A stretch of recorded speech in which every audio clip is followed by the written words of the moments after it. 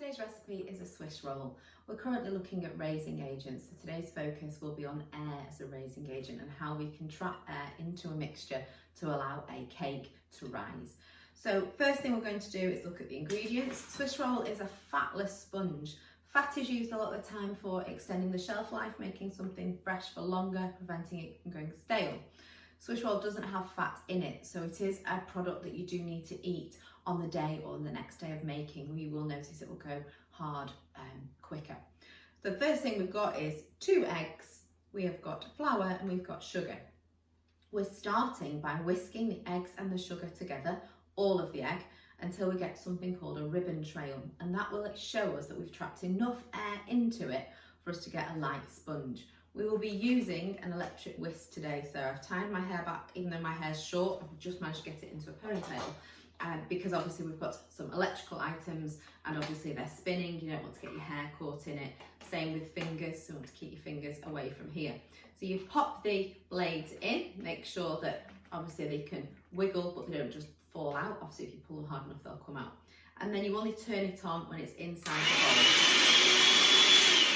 That just means that nothing splats around, you're not catching this and having the cable wrapping around it. And also if they're not in correctly, when you turn it on, they're only going to fall into the bowl and not fly across the kitchen. So that is ready to go. Ingredients will go into here in a second. The oven is on 200 degrees gas mark, 6 today. And in preparation, we want a Swiss roll tin. So it's like a shallow baking tin with a little bit of a lip on the outside. We want a grease-proof piece of paper, slightly larger than the actual tin. And then you're going to pop it into the tin. But what we do is we just put snips into the corners on an angle just to allow us to really press it down into the corners. So just to stick it down, I'm just going to drizzle a small amount of oil in to the tin and move that around. And that's just going to act as a glue just to hold the baking parchment paper in place. It doesn't affect the quality of the food at all. It's just being used for holding the grease-proof paper. And by putting those slits into the corners, it just means that in the corners they will actually fold over each other and go right into the corners so that you don't end up with any indentations in your cake. So you should have the baking parchment paper all the way down the sides and the ends, right into the corners. Just run your finger around the edges. So that is ready to go. You do need another piece of greaseproof paper. I'll show you what that's for at the end. So that's for after the process. So first thing we're going to do is we're going to add in the sugar, so 50 grams of sugar and 2 large eggs. I've taken these out of the fridge about half an hour ago just to bring them up to room temperature. It just prevents any sort of curdling if they're at room temperature rather than being refrigerated. So 2 full eggs have gone into there. Electric whisk into here, and we're whisking it until it looks creamy, so it will go white and creamy. So it will start as a foam and then it will go thicker and look like a cream. I will show you on a close-up what the ribbon trail will look like. If you can see the ribbon trail, I'll show you how that's done. That just indicates that you've got enough air in there to almost create a suspension of a solid rather than a liquid. Once that's been done, then obviously we're then ready to move on to the next stage.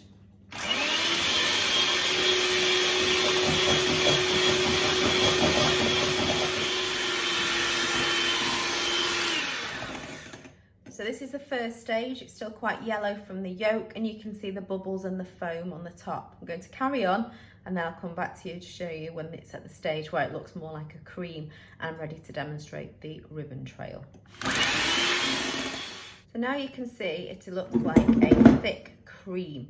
Now a ribbon trail is by using the blades of your whisk, or if you're doing it by hand, your actual hand whisk, and allowing mixture to drip on the top. So you leave a trail behind. So you can now see that swirl formed and it's staying there. And your indication that you've got enough air trapped inside is to make sure that that trail that I've just created there is still visible after 30 seconds. If it's still visible after 30 seconds and it's not shrunk back down into the mixture, then you know that you've trapped enough air to move on to the next step. So mine is now ready to move on to the next stage. So I'll go back onto the other camera to be able to show you the final steps before we put it into the oven.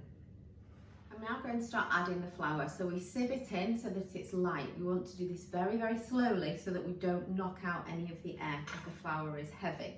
So it's only a small amount of flour, but what we want to do is sieve in a tablespoon at a time and fold it in. So folding is like the figure of 8. It's going around in a really gentle motion. I'm going to use a spatula so I can go right the way around the outside. And you're drawing a number 8 through the centre of the mixture and occasionally going all the way around the outside so that all that flour disappears.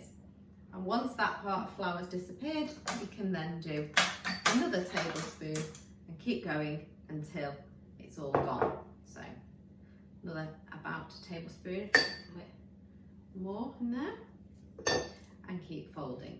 And we want to do this slowly. If you stir this really vigorously now, you're going to knock all that air out and then you'll end up with a crisp sponge that's impossible to roll without cracking. The idea is that we have a really soft, light sponge that we can roll once we've added the jam into it. Next one. Another tablespoon left to do. Again, mix it in. Figure of 8 going around the outside, and what we just want to see is that that flour has disappeared. So if you scrape the spatula through the centre, you can't see any remnants of that flour. Right, the last bit in, pop that in, and then this is now the last part to combine in, and then we can add it into our pre-prepared baking tray. So that's got the greaseproof paper on it ready. The oven's at 200 degrees, and this practical literally takes about 7 minutes in the oven to bake. As soon as it's golden, you want to get it out. If you leave it too long, even the best risen Swiss roll, if you leave it too long, it won't be able to roll. It will start to crack as it hardens. So now that all the flour is incorporated in, I use the spatula to scrape away the filling, and I just allow it to drip into the tin, moving it along, almost find its own level. So just give the mixture its own job really of spreading around the tin. We don't want to mess with it too much because that's obviously when the air will start to come out and we won't get that lovely soft sponge. So most of it's now in. All we're going to do now with the back of the spatula is very, very carefully just push it into the corners so that we have an even bake. And let's just keep going right the way up to the edge, but we're not pressing hard, we're not pushing out any more air, we're simply just manipulating it very, very gently so that it touches all the 4 corners. This is just a practical that can be so simple and so successful, but if you're rough with it, then you're going to spoil it. So that has now gone into all 4 corners. It's relatively even on the top and ready to pop into the oven. So I'm going to pop that in the oven and I'm going to keep you on camera because there's some preparation work to be done whilst it bakes. Put in. So while that's baking, we use your second piece of greaseproof paper, and what we're going to do is we're going to sprinkle it with some sugar, and then with your jam, you just want to make sure that you've given it a really, really good stir so that it doesn't have lumps when you're spreading it. You want it to be as soft and as smooth as possible because you're spreading it onto a hot sponge. If you're rough with it, you're going to tear the sponge. So if you've got any lumps, again, they'll stick into it and then you'll break the sponge. We want it to almost be as watery as we can get it. So that's now ready, that's nice and pourable. So that's ready. I'm going to scatter some sugar on here and that will stick to the outside of the Swiss roll to give it a really lovely quality. The 7 minutes is now up. I'm going to take this out, and we do have to deal with it whilst it's really hot, so you have to be very, very careful not to burn yourself. So I'm using my oven gloves, but also we're going to have to be very careful with touching the sponge as well. As you can see, golden colour, not too brown, because obviously that will make it harden. So I'm going to take my oven gloves off, and this is why it's good to leave the edges of the greaseproof paper a little bit flush. We want to flip it over. Now it's not going to fall off, it is stuck to the greaseproof paper. Flip it over onto that sugary greaseproof paper that we've already put on. And then we're just going to loosen the greaseproof paper that's stuck to the sponge.